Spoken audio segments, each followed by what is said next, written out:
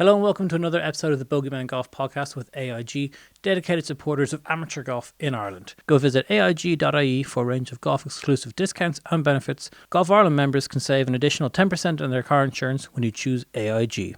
In this episode, I had a great conversation with Brian Doran, who won the Mullingar Scratch Trophy and the Bridgestone Order of Merit after he spent this year dedicating a lot more time to his amateur playing career.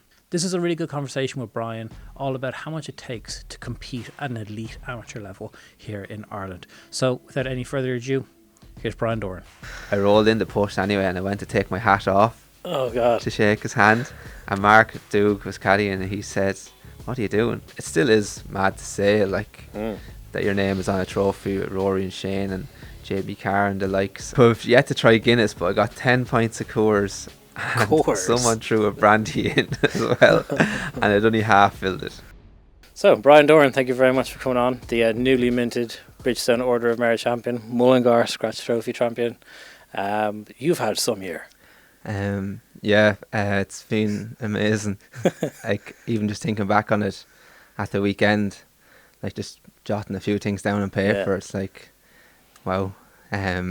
Could use a few more words, but wow, it's the nicest one to use.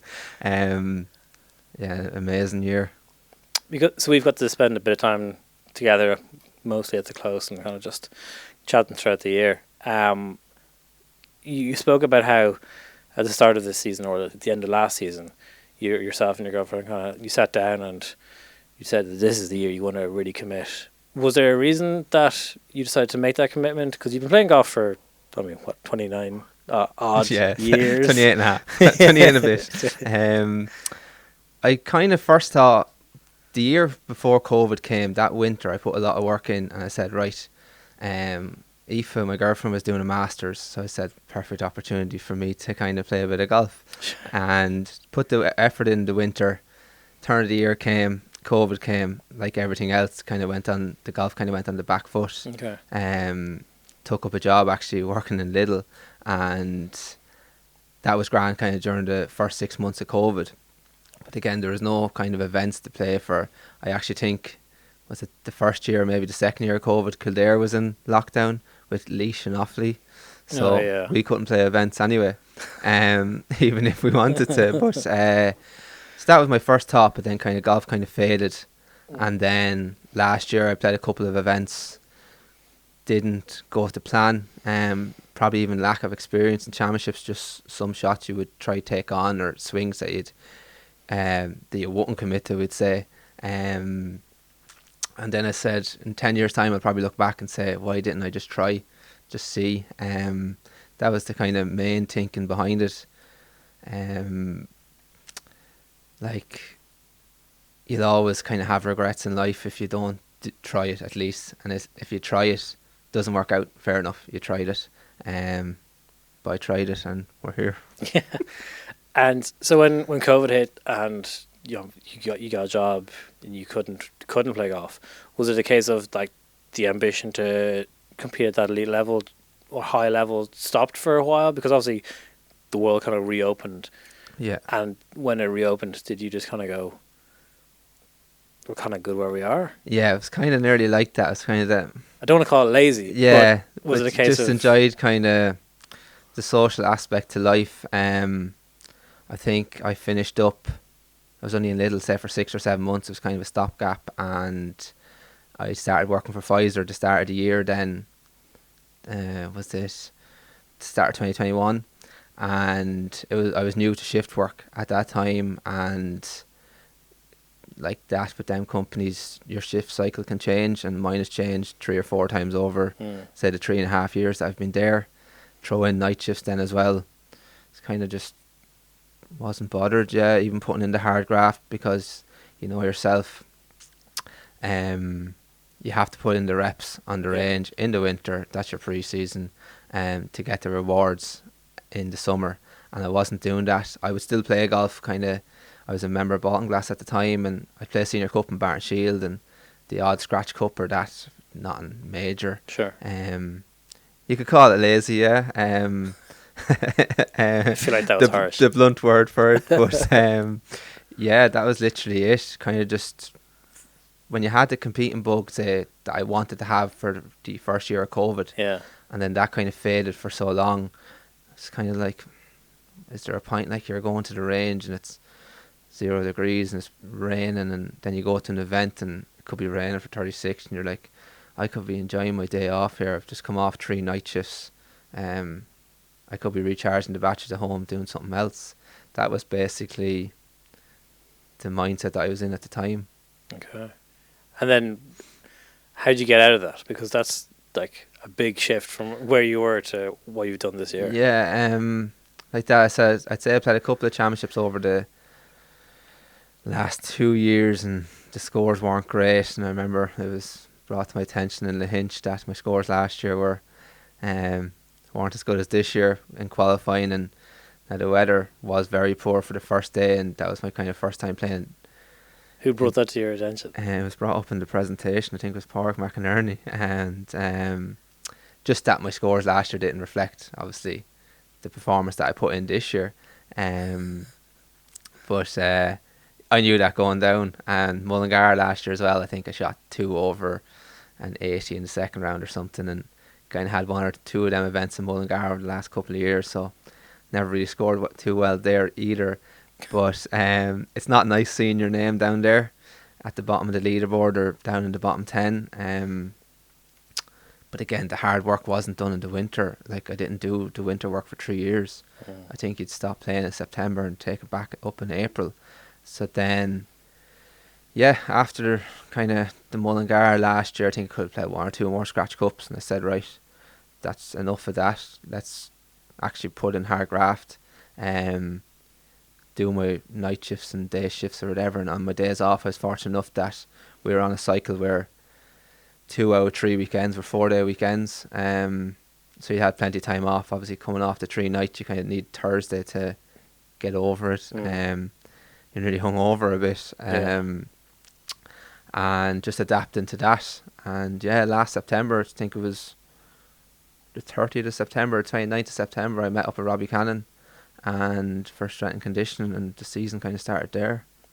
I'm going to get into this year. It's funny now, it's almost a year to the day that we're having this conversation, which is nice. Yeah. You've had a chance now to properly reflect. And I also imagine it means that you're looking ahead to 2025. Yeah. But before we get into the year that's been, we were joking about this before we hit record. Who are you? Where are you from? So I'm Brian Doran. And, I'm from Kildare.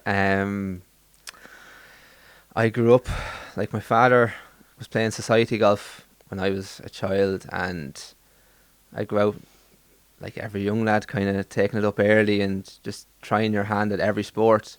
I played GAA for St. Lawrence's, my local club, and I played soccer for a couple of clubs in the area, and always kind of played golf. Grew up in Ratala. I think I went there when I was 9 or 10. Just there was a young masters of golf at the time. Ratala was booming. Brendan McDade was the head pro at the time, and he had 4 or 5 lads underneath him, including Tom O'Neill, who is still my coach to this day. So I was fortunate enough for the setup there. Kind of worked our way through the years. The handicap obviously started to come down. We played under 15s, worked our way into boys, Fred Daly and stuff like that. I was fortunate enough to grow up with Jack Hume, to name one, and Robbie Brazel. And they've had great amateur careers themselves, and obviously dabbled their hand at pro, and Robbie's still going at it, so hopefully he can do well in the future. So it was great kind of growing up with them and travelling with Robbie to events. We knocked a bit of crack out of it when we started out playing the men's. But yeah, Ratala was the start of it. Then that closed back, I think, in 2013, and I went to Palmerstown for a year, and then ended up in Baltinglass the following year. And kind of once I went to Palmerstown, the men's golf started, and yeah, kind of went from there, then playing a couple of championships over the years. The South was nearly the main one that I've played over the years. I think, thinking back of it, I think it's my 6th time playing it this year now. I know it's over a 10-year period, but it's the main one that I did play in. this year was the first time I played the North in Portrush, so it's obviously a big gap between the first and your first time in Portrush. But I grew up in Ratala, and we were fortunate enough to have an unbelievable setup there. Spent every summer kind of up there every day, and then golf kind of took over from the football. In my later teens, I still played kind of a bit of senior when I hit the 19-18 bracket, but then once kind of 20 came around, 21 maybe is nearly, the golf took preference for a year, maybe 2 years, and then obviously we got into that period of the lull, we'll call it. What was it like growing up with like Hume, who like widely regarded as one of the greatest golfers to come out of the country? Yeah, Jack. Himself and Rob, like there's a crew of you there. There was a crew, like obviously Jack went on to win the 4 boys, and like the West End a few years after. I think he left Ratala and won the West End. You're like, geez, Jack Hume won the West of Ireland, like when you're growing up. But yeah, Jack was, I remember I played him one year in a match when I was younger, and you're just looking at this fella and you're like, this lad is savage. He's still probably the best wedge player I've even seen, maybe even played with. So like at that time, we were all kind of just learning the game. If you're to kind of be in that position now, you'd learn so much more kind of in your own head mentally. But it was great kind of having that group growing up. I think we look back on maybe not winning the Fred Daly or two, but I know it was unbelievable, to be fair. And you said your dad played society golf. Did your mum play golf at all? Or? No, my mother didn't play any golf. She was kind of just nearly praying that we'd do well in events. But yeah, my father, he played like anyone else's parent, maybe to about 17 or 18, and it was grand. I'd go out caddying for him in the society events. I might hit a push or hit a shot or whatever. So that's how I kind of got into it. It was kind of took it up very young. I was kind of blessed that I was kind of good at most sports that I took a hand to. The football was probably taking preference when I was younger, because you're in school and all the lads are playing it, and it's great to get time off school to go to the matches. But I was fortunate enough to kind of have a good hand at everything, and then the golf kind of took over then in the latter years. And when did you meet Aoife? Because she's herself letting you or agreeing and committing to the year that you've had this year. Patient woman. Patient woman is right. We actually met in college in Carlow. About 8 years ago, I'd say. And she's a Limerick woman, so obviously being a Kildare man, it's kind of a bit of a travel up and down, but like we're used to it at this stage. I think the break does us both good at stages, but no, Aoife is sound. Like she did her masters in radiography, and once that was done, kind of the golf wasn't in the picture really. I was playing bits, but like I wasn't taking time off to go golfing. We go on holidays and stuff, but nowadays kind of she's enjoying it too, like, and her family are very supportive, so are mine. They met for the first time down at the South of Ireland semi-final, so that was a nice thing to... After 8 years? After 8 years, yeah. We're playing... Played the really long game, yeah. Yeah, but it was a nice way to, when we look back maybe in years to come, how did their parents first meet, or the families or whatever. It's like South of Ireland final or semi-final. It's like even mad to even say that. Aoife's a very patient woman. She loves it too. Does a fair bit of caddying, with a bit of directing around, but yeah, no, she's good. How does that conversation happen then between the two of you, where you're like, because obviously it's a big part of your life, but it impacts everyone in your family, like your parents, her. How do you have that conversation? You go, I want to commit a lot more time and money to this. Well, obviously, the second time round wasn't as hard as the first time round. Not that it was hard, but it was kind of made easier the first time round when she was doing the masters. Yeah. So we'd no kind of plans. But obviously, as you get older, like you start to make a few extra plans. So it was just like we were just chatting one day. I can't remember where or when, but it was literally like, why not give it a go? She agreed. Like she said, like you'll you'll just look back on it and regret it, and she'll have to listen to me complaining about it. But yeah, we just sat down one day and said, look, we'll put a plan in place to a degree, and I'll try and improve on certain aspects of kind of the wider variety of the golf game, and basically that was it. And then obviously you're putting in the effort in the winter, and obviously living at home, my mother is like, sure, you're coming off a night shift and you're getting barely any sleep, you're going to the gym and golf, like you're just killing your body and stuff like that. And then after Mullingar, we got home that evening, I just said, it's worth it now, wasn't it? So you have to put in the hard hours. Obviously it's tough on the body, but no, they're all very supportive, both families and Aoife herself. So it's kind of a lot easier. Having that conversation was a lot easier for myself personally because of who they are than it could be for some other people. When you have that conversation, like, you have to be pretty harshly self-reflective, I imagine, when you're like, right, these are the results that I've been putting forward so far. This is what I want to be doing. You probably need someone like your coach or Tom or someone like that to turn around and go, right, cool, if you want to do this, you need to improve on this, this, and this. Like, do you remember having that conversation and what those areas were? Yeah, like I chat to Tom, like Tom's not really a coach, he's kind of a friend in that way, so it's great. Like, we just chat about anything, like even up on the range. Obviously be working on one or two things, but sure, we chat about the football or local GA or anything, like so it's easy going. But like growing up, I could always shoot scores. It was never could do them in tournaments, so it was learning to do that more so. Like, I think before this year, probably my best score in a championship is probably Lev Par, and like you're getting through some of the match play stages, but you're not shooting nice scores in championships and kind of getting your name up there in the qualifying or even 4 rounds of stroke play. That's interesting because Lev Par around some of the championships, like Lev Par around the south or the north, and you're like, you're doing great stuff. Yeah. So Lev Par is a funny number, isn't it? It is. Because it means a lot of different things depending upon where you're playing. See, in stroke play qualifying for match play, it's grand. Yeah. It's like, right, if you're shoot Lev Par 1 round, you haven't moved too far away from either end in some tournaments. So you just kind of have to keep the ball in play for the second day, basically. It's as easy as that. But yeah, like the Lev Par is in tournament golf, championship golf, you'd say it's solid. Like you'll take it 9 times out of 10.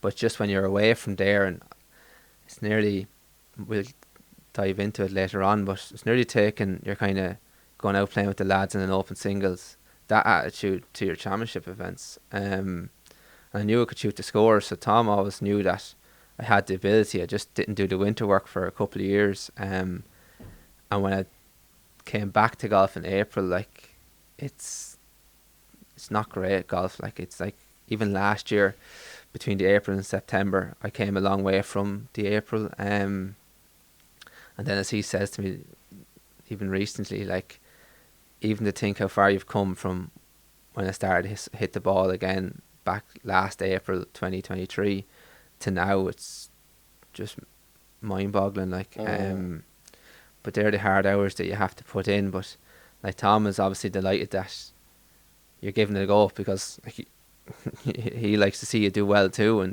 And I was fortunate enough to have him down at the South semi-final and final this year. I've always said to him it'd be nice for me to be in contention for something, and he'd come down and be able to watch me, because he even said that week he learnt a lot more about me that day than he would watch me on the range for an hour or two. Interesting. So that was nice too. But like, again, the conversations was basically like, if you're going to do it, then do it. Like, don't be going in with the mentality, I want to do it, but then 2 months down the line you're kind of like, I don't want to go to the gym, it's too cold out to hit balls. Like, sure, everyone wants to do it. Yeah, everyone wants to do it. It's just having the mentality to actually do it. Like, and I'm fortunate enough in the position that I'm in regarding life and kind of work that I can kind of do it at the minute. So have you then put a video side by side of your swing in April 2023 to like today, or like, I'm sure Tom probably has had a look because he's just looking Yeah. at your progression, because I'm sure physically you're different because you're going to Robbie Cannon now. Like it's like so much more has changed than just like you're practicing more. Yeah. I haven't actually put a video side by side, but obviously Tom would have the videos and I'd have some on my phone, and I don't even need to see a video to remember it. Like, you can just remember going out playing holes, and it's just hard. Golf is hard. It just didn't look great and didn't feel great, and like the strikes aren't there, and you're kind of like, right, you have to go through all this to get to where you want to be. So it was very, very poor when, like, obviously you take 6 months off. I think me personally, if I take a time off, a period, that's coming back is kind of like, takes a while to get going. Even last week, I think I played 9 holes. One of the days, I took the whole week off, basically, bar playing 9 holes one of the evenings, and went away for the weekend and went back to the range on Monday. I was like, jeez, it's been a while. Yeah, so I'm kind of one of the types of people that you kind of just need to be doing a bit not every day, but like maybe every second day. Yeah. So. And were you actually taking 6 months off? Like, you wouldn't pick up a club at all. No. Wouldn't play any winter golf. Nothing. That's kind of mad. Like, Yeah. that is kind of mad. I know it is. Yeah, it's kind of. My memory wouldn't be the greatest with certain things, but I can't remember what I was actually doing for the winters. But obviously, you'd be enjoying the Christmas aspect and your nights out and stuff. But yeah, no, I wouldn't take up a thing. Like, the clubs could be sitting there in the corner, and I wouldn't even say, I go out and play 9 holes for the crack. No, never. Wow. Yeah, I was kind of just in that kind of mindset that, not that golf was finished, but maybe the competing aspect was nearly kind of finished, because when you're not putting in the work, your pre-season, you have a lot of catching up to do when you go to the events, especially when you see all the younger lads coming through and they've no fear and stuff, and they're playing nearly week in, week out in college or whatever. And yeah, it was never on my mind to kind of go and say, should I go do a bit of practice? So who was your first port of call then, a year ago, basically, to today, when you were, okay, like, you've had the conversations now with your family and we'll call it your team. Yeah. What was the first port of call? You're like, right, this is the first area we need to work on and improve. Basically strength and conditioning. One of my mates, Mark, who I've known for years or whatever, he was going to Robbie Cannon at the time, and I was in the gym, but I was never doing golf specific stuff. It was kind of your upper body and your small bit of legs, if ever. And so I said, right, I'll give Robbie Cannon a shout, let him put me through my paces. But even at that, like, it was great for the golf, but even your own mobility as you get older, like the body does get stiffer. So, like, it's just funny hearing you say you're 29. I and know, you're just yeah. like, geez, I'm getting on now. The knees are bad, the hips are. The big 30 next year. But yeah, it's just keeping the body kind of in shape. It's great for the golf, but even just for your own kind of mental health and your physicality. So yeah, Robbie was the kind of first port of call that I said, right, this is an area that I want to improve on. I want to learn a bit more about it. Like, I've learned stuff from exercises that I didn't know were exercises, basically. So yeah, he was my first go-to to start up the season, because obviously the winter golf was kind of going to take over then. So get in ahead of that, get the body kind of in some sort of shape where you're not sore the whole time or stiff, and then go into the winter practice then. When did you start seeing dividends then from the work? Because from, we'll say, like September, October time, you're doing gym work, maybe doing some simulator stuff now. Yeah. You working on some winter golf. The West was a miscut. So was there a case of you're like, what the hell? Like, I've been doing all this work and I just missed the cut. Like. The West, yeah. I was actually looking back on the scorecard last night. No, it's kind of like, you know yourself, golf's a funny game. It doesn't always work out the way you want to. So, you know, the fact that you're kind of saying, right, we're putting the head down for the year, it will come hopefully at some stage. But yeah, the West was kind of a reintroduction to championship golf after kind of playing sporadically over the last couple of years, and I think it was going quite well, solid enough in the first round, and then kind of double 17, just took on a shot. My second shot, I shouldn't have took it on. I wouldn't take it on now, we'll say. should have just took my medicine. But the second round then was kind of 2 bad swings, cost 2 big numbers, and a bit of bunker trouble. And yeah, to miss the cut by 1 there, it was tough at the time because Mark was actually leading qualifier, and I was like, I just played him on Monday until Forest, and I beat him by 1 or 2 or whatever. It's like we'd beat each other every second go nearly. We were like, how is he like leading qualifier and I'm sitting in the back of his car or in the boot of the car saying I just missed the cut by 1, like. And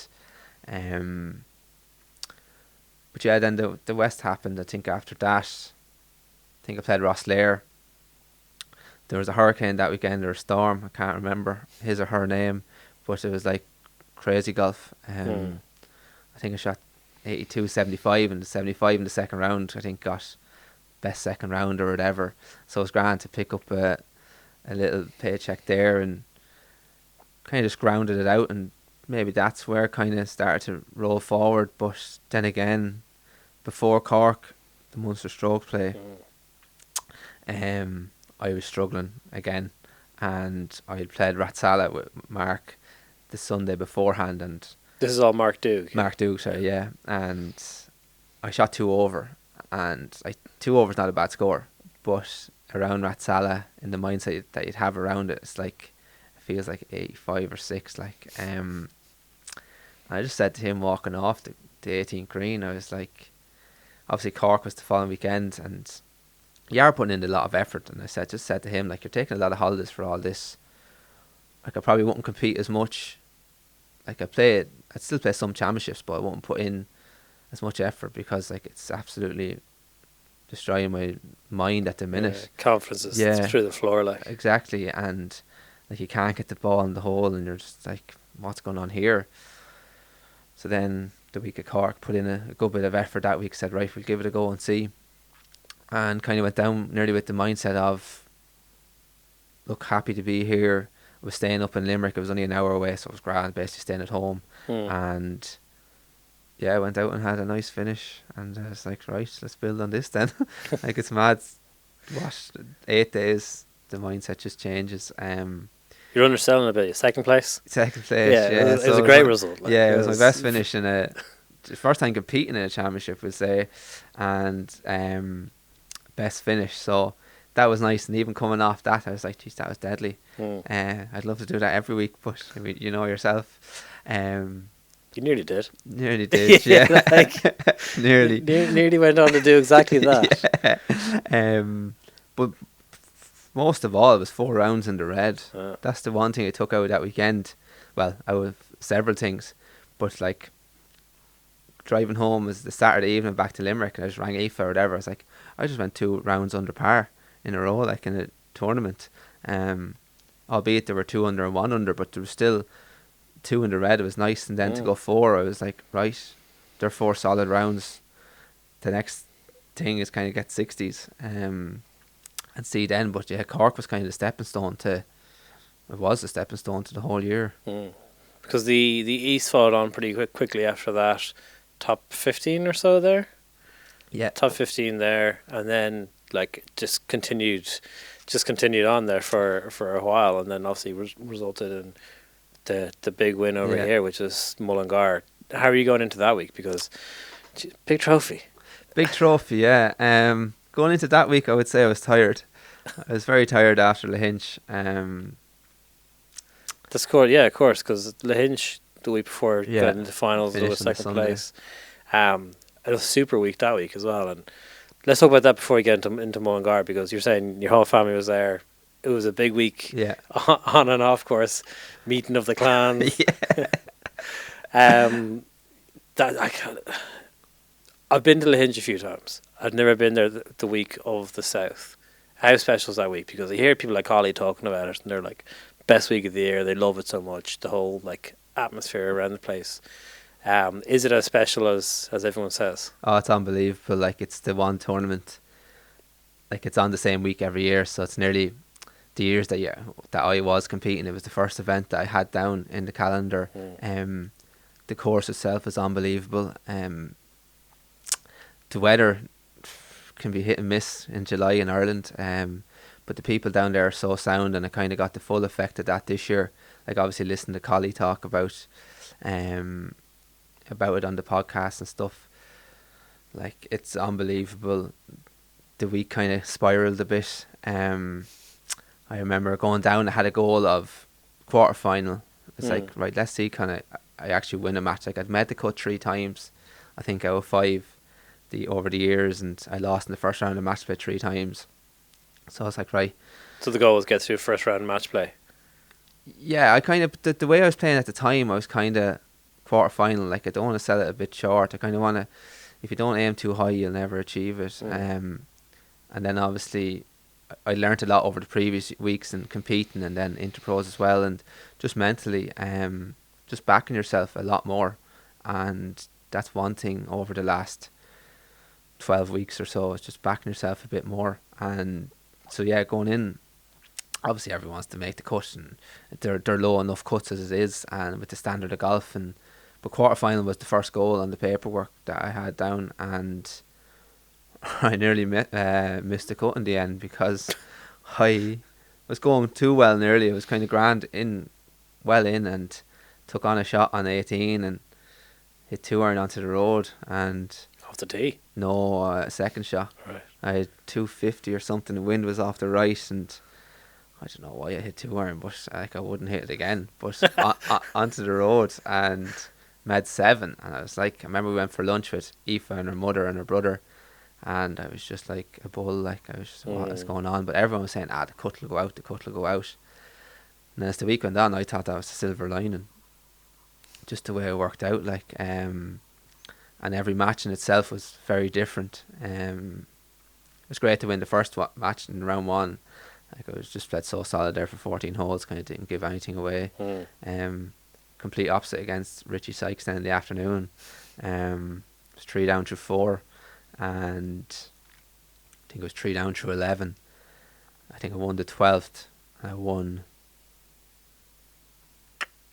15, 16, and then I had a putt on 17, and I thought it was to win the match from about 8 feet.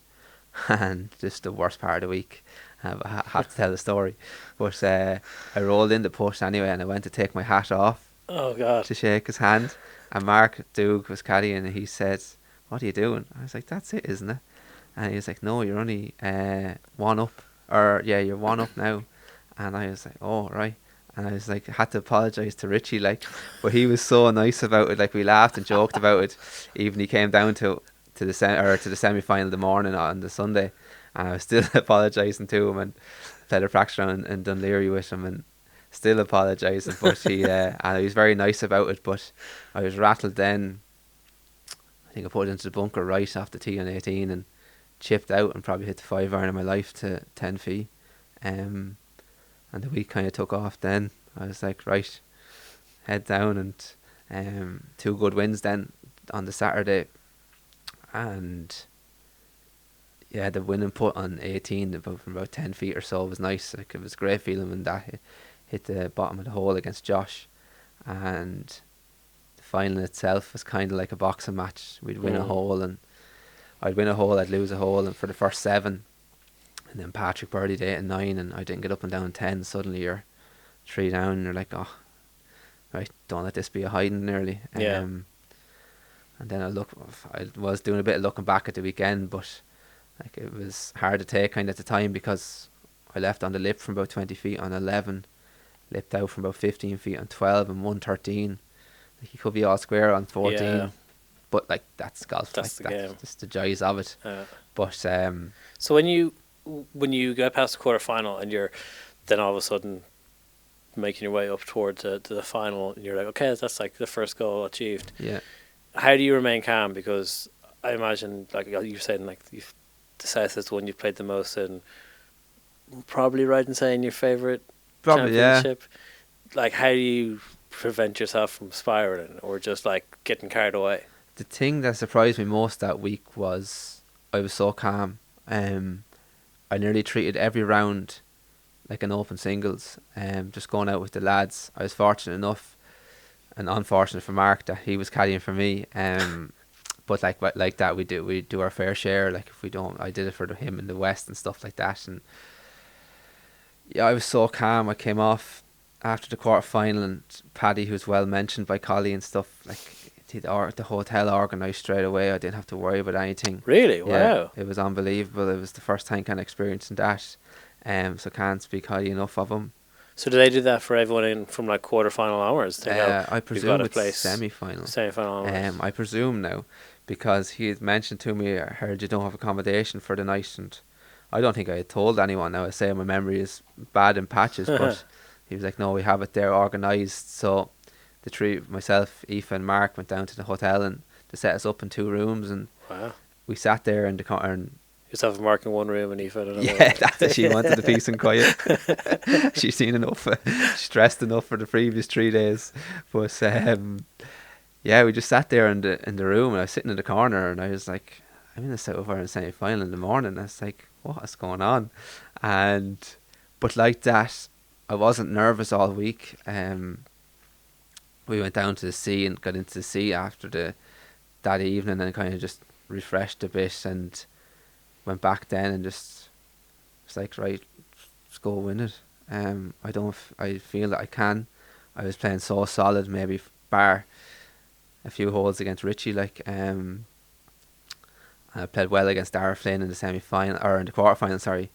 Now I held some putts that were scandalous. I've never holed in my life, so it was nice to see them go in. Obviously Dara still slags me a bit about it to this day, but look, they're the joys of the long putts, like up and over the slopes. But yeah, I didn't woke up that morning, probably slept the best I slept all week that Saturday night. Woke up, was grand, went down, did the warm up as normal. There wasn't too many people knocking around at this stage, so it was fine. Like it was a bit different after the semi-final, but like obviously you're in that position, you want to win it. You're not going to say, oh, everything's a bonus. Everything was a bonus, but it's not like you're just happy to be there. Exactly, yeah. At this stage now, you've learned from previous experiences that I had, and it was never a case of, maybe a few years ago, I would have been on the 18th tee, or the first tee in the final or the semi-final, and been shaking like a leaf. But I was fine. I was totally fine. Yeah, it never really spiraled. You obviously want to win, but I actually felt that I could that time. And I wasn't like if you get nervous, it's a good thing. Like it obviously shows that you care, but I wasn't that nervous at all, to be fair. I surprised myself a lot that week, to be fair. But in that sense, I surprised myself a lot more than I thought, just with the nerves and just the mentality. So you said that the final of the South was a tough one to take, tough loss. Upon reflection now, I mean, obviously it doesn't stop being tough, and it doesn't stop being a tough loss. But then you take your biggest leap up the Bridgestone Order of Merit. It's again a really good result that this year after down in Cork. You must be coming out of that week confident. Oh, definitely. Like at the time, driving back to Limerick on my own, the car was tough for about 10 or 15 minutes. Yeah, you're bulling for a minute. Like, yeah. Just the fact that you're so close to it, and then obviously sitting there in the presentation, looking at everything going on, it was hard. But on overall reflection, like you achieved your goal, by quite a lot nearly, and just what you take from the week. Like obviously, I was the second in the South. Looks unbelievable. Your picture's going to be on the wall for forevermore. But even the confidence you take out of it, how mentally strong you can be when being your 3 down with 7 to play, or even the following morning, Saturday morning I was 3 up with 7 to play and had to go down 19. So to win it both ways was just showed that it was nice to do and be able to do it. But yeah, for taking the jump up the Order of Merit at the time, obviously was kind of looking at make the top 30 for next year, guaranteeing myself in events, and to get a nice jump there was great too. But yeah, confidence wise, it was like, I should really talk about it in a bit, but rocking into Mullingar, then you're kind of like, right, you can play now. But yeah, the drive home was hard. But after that, kind of, it was an unbelievable week. Like, hundreds of lads would give anything to be in that position, and just the way how I acted throughout the week and felt throughout the week, mentally and physically was very good. Like, I look back on that and say, right, 9 rounds in 6 or 7 days or whatever. Last year I would not be able to do that. That's a lot of golf. Yeah. I was just thinking, that's a lot of golf. It's a lot of golf, and then mentally, obviously, as well, in certain scenarios that you're in, like, like, all the lads are so good that you've no kind of easy game coming up. Yeah. So, like, mentally you have to be on the ball. Like, it's hard to be on the ball the whole time with mental, but mentally and physically it was tough. I was sore on the Monday, alright. I remember waking up and the body was sore, so we went down to a river and going into that, to the cold water, and kind of put the body through that. And I think I took the Monday off, and then went swimming in the pool on Tuesday and played 9 holes after. And that was kind of we did a swimming and jacuzzi and all that, and that was Aoife's half, and then my half was the 9 holes. So it was nice to just get out and hit a few, and kind of then look forward to Mullingar then. But yeah, the body was sore on this Monday morning, but like that, the strength and conditioning kicked in. As I say, last year I would have had to take a month off nearly, I'd say, if I wanted to do anything after.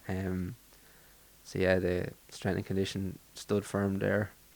So then the week of Mullingar, going into that quickly after the South, and I imagine it's the case of you knew you're playing good golf. Let's just keep doing what we're doing here. Basically, yeah, like, you don't have to. Different setup, obviously, like Mullingar and Lahinch, 2 very different golf courses. 2 very different golf courses, right?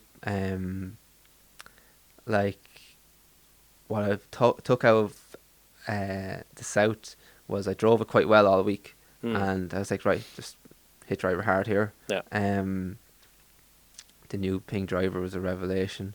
No free ads, okay? No free ads, Jesus Christ. It was, though, jeez. But it's helped the long game a lot. But yeah, going into Mullingar, look, you obviously have 4 par 5s there that are very gettable. You just have to be in play on them. But going down there, I was swinging it well. Probably just keep holding your putts, and then try hold a few longer ones. Mullingar it's always in some condition. Like, the weather kind of is nearly always hit and miss the years that I've played it. Going into the week, looking at the weekend, I was like, the weather doesn't look too promising at all. It could be 36, it could be 54 holes. Might be doing well to get 72. So, kind of a quick start was kind of needed. I kind of knew that going down to Sunday morning. And yeah, I was fortunate enough to come out with that trophy. When you're saying that you don't really know how many holes it could end up being just with weather and stuff, and you to shift that mindset to a bit more of a sprint start. Yeah. How tough is that? Because I imagine a lot of getting through Lahinch is like not holding on for dear life, but like I imagine you get yourself into a lot of trouble by trying to get off to a fast start around Lahinch. Oh, very much so. Like, obviously with Lahinch you have the fescue either side, and there's 4 or 5 holes there that you kind of have to nearly take your pars and run. Mullingar is obviously 3 lines, so you can't hit it too far offline either. Yeah. But that was in my mind of thinking it was probably always going to be 72 holes, but I have played events in Mullingar over the years where it's been 54, so you kind of have to think like that. And yes, said right, try to get off to a quick start, and was 1 over through 3, and I was like, great. Exactly what we wanted. Anytime you say something, you never back it up. But yeah, I was kind of like, especially after shooting a couple of under par rounds in the match play, I think I was like you're shooting under par, just keep doing what you're doing. I hit a lot of greens, so try hold a few more putts. So then it was nice to kind of start off that way. Yeah. What did it mean then when you come down to it? You win the Mullingar Scratch Trophy, your first win of the season. As like it's massive. It like metaphorically and massive, physically, yeah. It was unbelievable. Like walking up, I birdied 17, and I think I was 3 ahead, but I knew Gavin was probably going to birdie the last anyway. So you're 2 up, going up the last. They put in a couple of new bunkers off the tee. It was like just avoid them and go from there. So it was fine. Just hit the tee shot up the left rough, just didn't fade, just hit it straight. It was fine. I went for the green. My second shot, like, it was only a 6-iron, but found the right bunker. And I remember saying one of the lads from Millicent was caddying for me, Sean, and it's like you're pitching towards everyone out of the bunker, and I was like, this is just going to be a chunk and run. It's just going to come out. Allow 20 feet and I'll 2-putt it. So that was fine. Did that. Not doing anything fancy. No, here. I don't need a birdie. Just make a par. It would be nice to birdie it or whatever, but it was just plain and simple. And then after, it was just kind of took a while kind of to sink in. Obviously with the presentation of the pictures and chatting to people and stuff, and it still is mad to say, like, that your name is on a trophy with Rory and Shane and JB Carr and the likes. Like, even when the presentation was over and I was bringing the trophy home, you'd bring it home in a box, and like you'd fit into the box yourself. Like, it's that big. Like, it was a 2-person lift to the car, and I was like, it's just massive. But it's great to get your name with that trophy. The first win, like, you've broken that line now that you know you can do it.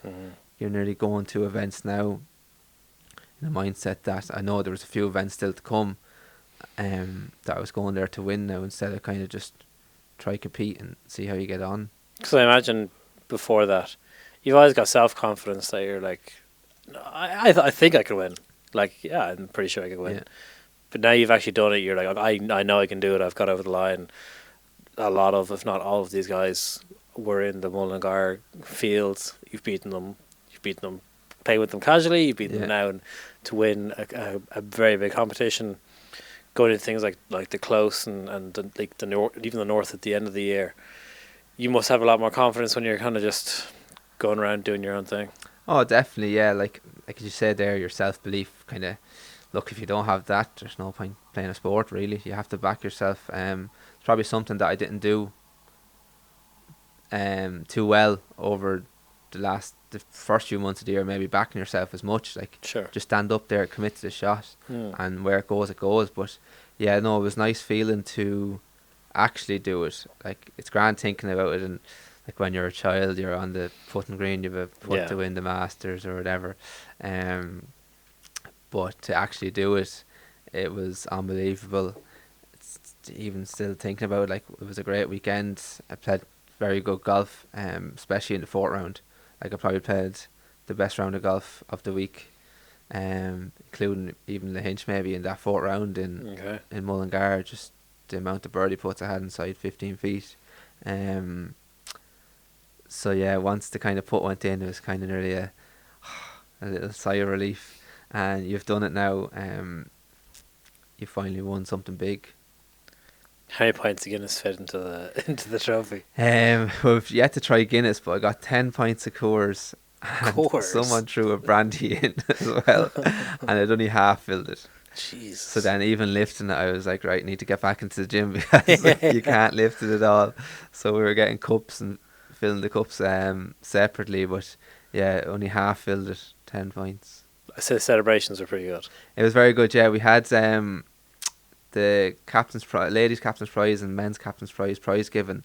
I think it was, we said 2 weeks after it, and I brought the trophy up, and there was a prize given, obviously, and they gave a speech and everything. I had to make a speech myself, but no, it was great crack. Like, the clubhouse was full, and everyone finally got to have a look at the trophy and enjoy it. And yeah, the celebrations were nice that night. Like, now we had Barton Shield the following week, so they weren't too heavy. But I know it was nice to kind of finally sit down and acknowledge it and enjoy it, because at the time, obviously, you're finished the event, you're late home, and then you're working the next day. And you working the next day, were you? It wasn't until 4 o'clock though, so it wasn't too bad. I got a lie in, but yeah, I was on evenings that week, so I was actually back to work after 2 and a bit weeks off. So it was kind of welcome back. Yeah, I can Win that imagine. on the Monday, back to work on the Tuesday, Yeah, and yeah. then obviously the south in between. So when I went back into work, everyone was just like, "Geez, you've had some time off." It's like, Yeah. yeah, it wasn't bad now, but yeah, it was nice to enjoy it there in the night, and we'll enjoy it again in a couple of weeks' time when it's kind of the end of the year Uh, presentation and all that kicks off. how how do you find going back to work then? Like obviously that's the life of an amateur golfer. Is it a nice kind of way to tune out from the golf? I imagine when the golf isn't going good, going back to work is probably a nice kind of break away from it. But then when the golf's going as well as it was, you're probably like, I just need to be out in the golf course all the time. I don't want to be here. Yeah, honestly, I hate going back. I remember going in the Tuesday evening and obviously met people walking in and stuff, and they were chatting away and they were congratulating me and stuff, and I was just like, oh, I want to be out on the golf course now. Like, you're enjoying that nearly pro lifestyle for 2 weeks. I've done it twice this year now, where I've taken 2 weeks off in a row to play golf, and going back to work is never easier, but at the same time it does help your mindset nearly.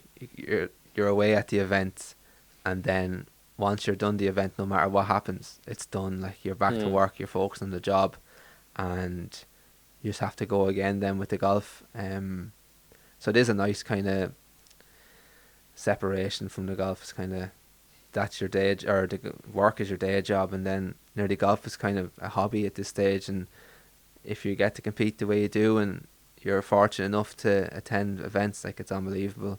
But yeah, I didn't like going back into work, but had to be done. Has to be done. It does, unfortunately.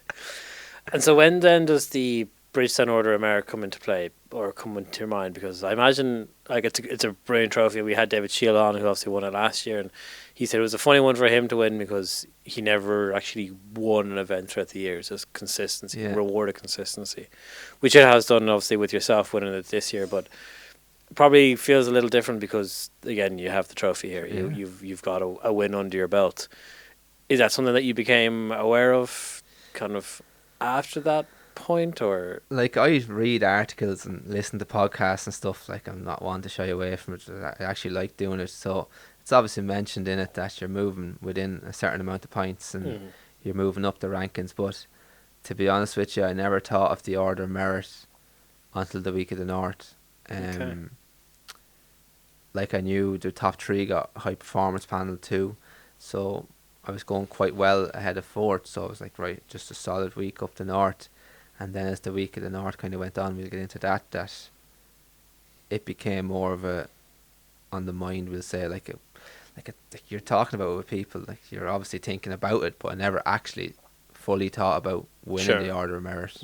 Or it was kind of just focus on the tournament in hand, and then as obviously the week went on, the North, you kind of think about it a bit more. Because you've had some year of wins and a lot of success, and a year first as well, playing on the Interpros team, which obviously won. Yeah. Represented Ireland for the first time in the mixed European Midam. What was that experience like? Because it's first time the events ever happened. It's an inaugural event over in France. Your first time representing your country. Big jump from where you were, we'll call it April 2023. Yeah, it's a big jump, is right. Funny enough, it was my first time golfing outside of Ireland. So even bringing the golf clubs to the airport, it was the first time. So it was a whole new week of first that week. But I was unbelievable. Like, the three lads are so sound. Obviously know them from the circuit, and then met the four girls for the first time, and I got on with a house of fire with all of them. Like, we'd great crack, and then Niall and Eve as well. Like, it was a lot more relaxed than I thought. Like, obviously you have things built up in your mind with going to events, but going outside, say, the country with Ireland, like, I didn't know what to expect really, but it was so relaxed. We were fortunate enough with the weather. The women weren't so much. They got the rain. We got a bit of wind on the Wednesday morning, but it was a lovely week weather-wise. Then after that, great to come home with a medal, like a European bronze. Even putting that down on the paper is mad to even think about. But no, it was a fantastic week. We were well looked after, and we enjoyed the dinners at night time. And then yeah, it was just unbelievable. It was nearly kind of the icing on the cake kind of for the few weeks that I had. And it was when Niall rang on, I think it was the Monday before, I was kind of driving to Millicent to do a bit of practice. And once he made the call or whatever, I remember getting to Millicent, I was like, I can't even practice now, like it's all that's on your mind. I remember I met Sean, the fella that caddy for me in Mullingar. He was up on the putting green with me, and he was like, right, we're just going for a drink for half an hour and just sit down just to get away from kind of the putting drills and stuff. But no, that was a great phone call to get. Like your first Irish cap, you'll never forget that, like no matter, and no one can take it off you either. So like in years and years to come, you can look back and say you went to Shiberta for your France for your first outing with Ireland. Emma O'Driscoll put up on Instagram her stories. Good old Emma.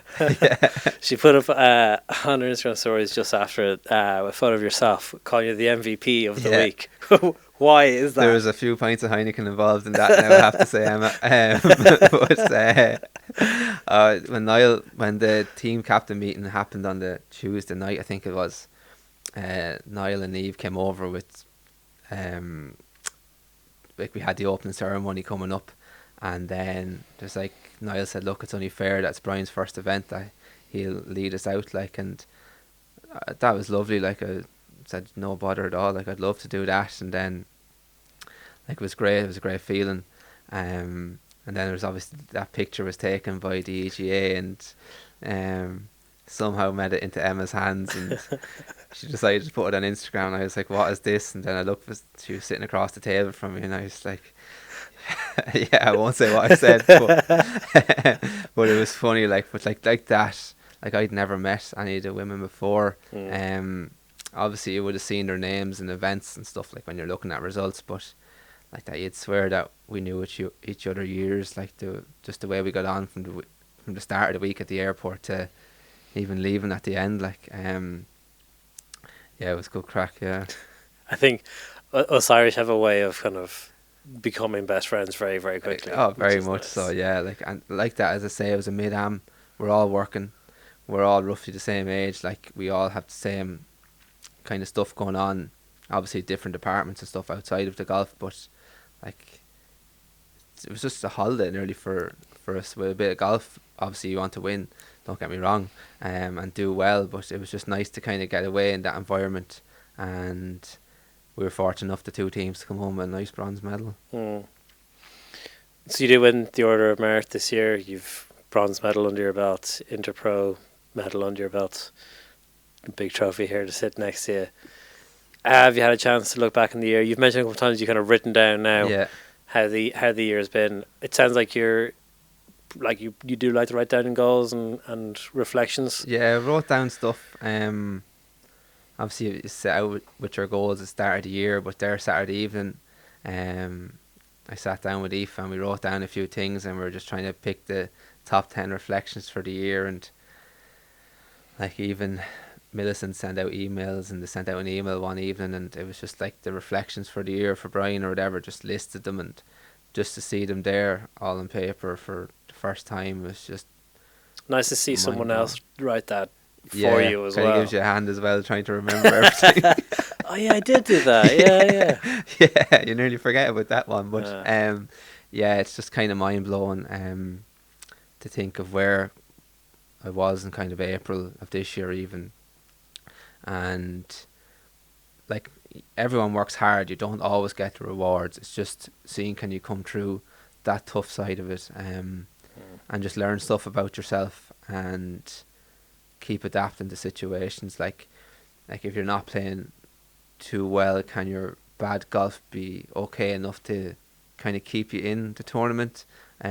Maybe not in contention, obviously, if lads pull away, but keep you in that top 10, top 5 kind of conversation. So just learning that throughout the year. But yeah, as you say, I wrote down a few things on Saturday evening, and like it's mad. Like even the Order of Merit as well, to win that is unbelievable. I remember Robbie Brazel won it back in, I think it was 5 years ago or something, and like at the time I thought, wow, Robbie won the Order of Merit, like that's unbelievable.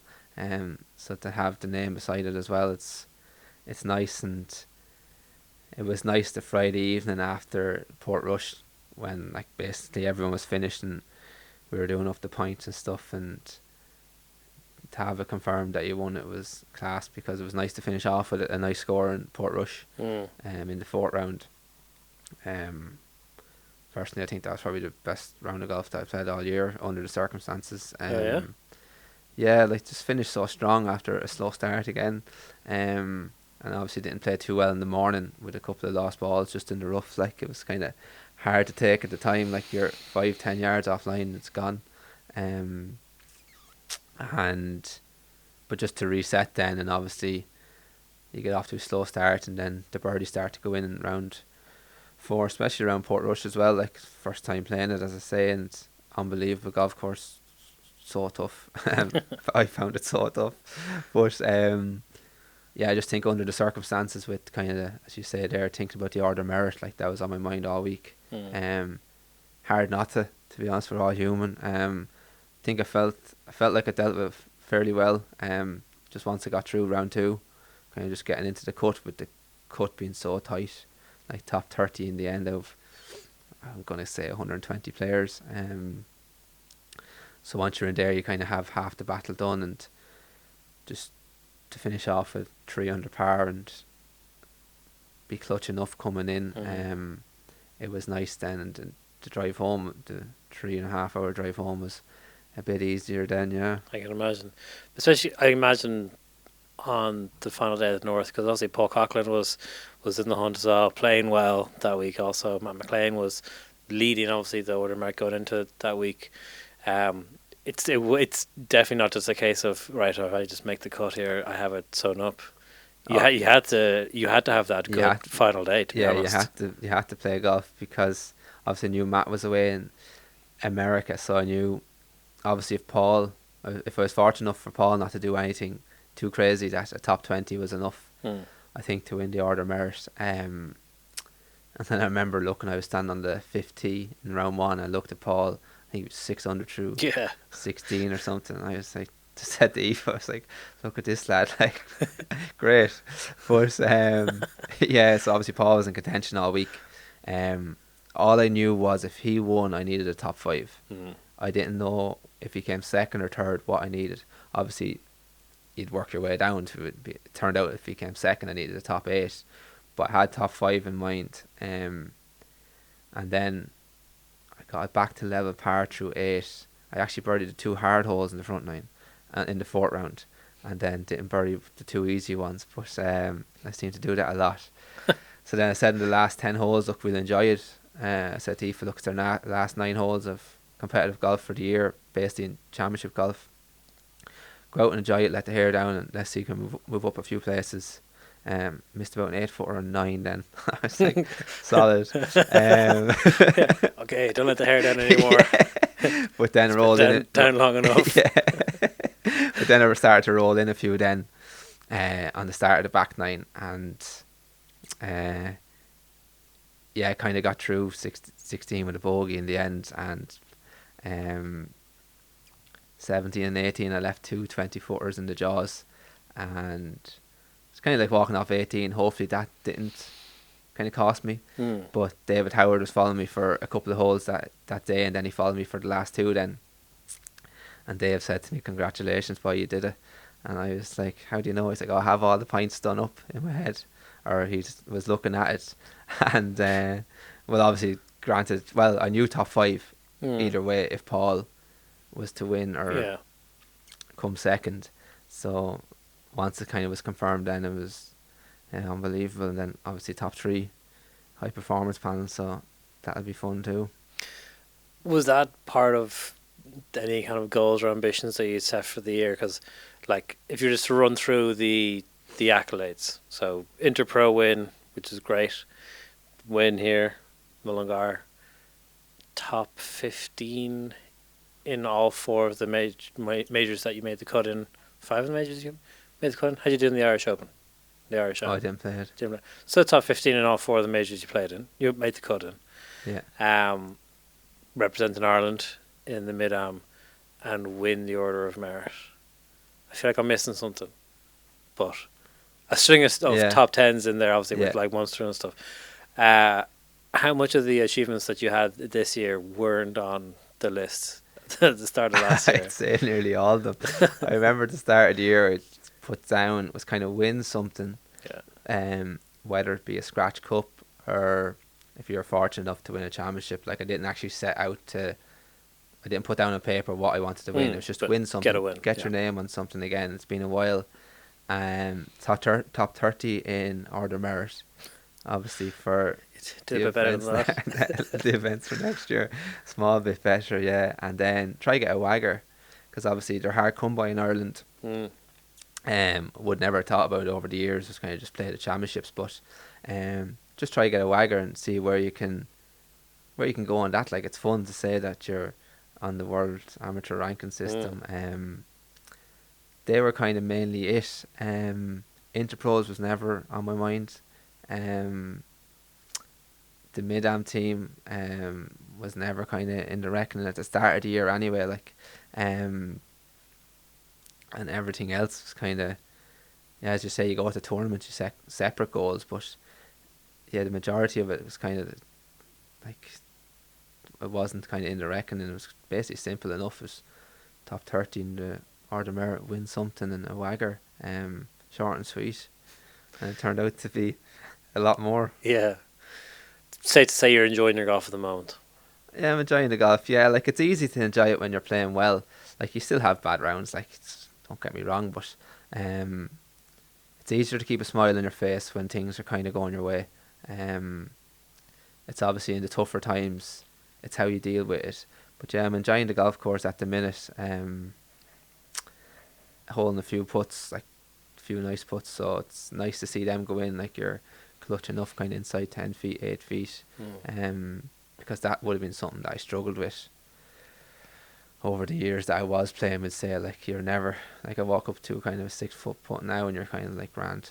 Whereas over the years you're kind of like, geez, I've missed one on the last hole or whatever, and here we go again. But I'm fortunate enough this year now I put in the effort on the putting green more, so that, yeah, it's making golf a bit easier. What keeps you motivated? Like it's been a big year. I imagine now you want to try and you want to go on and do more. Yeah, well, I'm fortunate enough now, as I say, to be part of the high performance panel, so obviously that will bring opportunities in itself. Golfing outside of Ireland for the first time in France was a great experience, so I want to do that a lot more. Sounds like you will. Yeah, please God. So I'm looking forward to playing a few events abroad, more the merrier, and just try win another tournament, another championship. That's basically it. Like you still enjoy your golf, but when you're fortunate to be in a position that we're currently in at the minute, with opportunities, like it's great. Just even experiencing the different cultures abroad. You're getting to travel a bit. Like you could see parts of the world that you might never ever see yourself or think of seeing. So yeah, it's kind of that representing Ireland and then trying to win a major.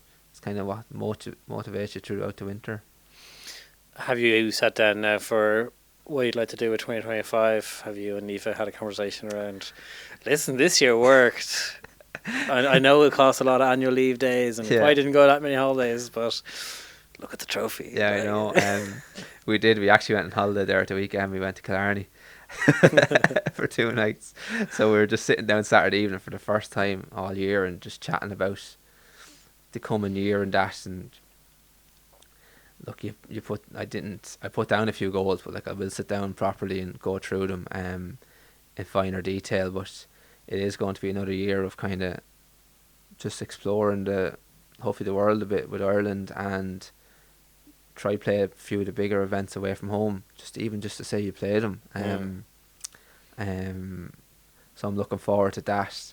But yeah, it's kind of more the same, like, well, hopefully more the same for next year, but it's go again, put the head down, and yeah, just try experience as much as you can and learn from every event.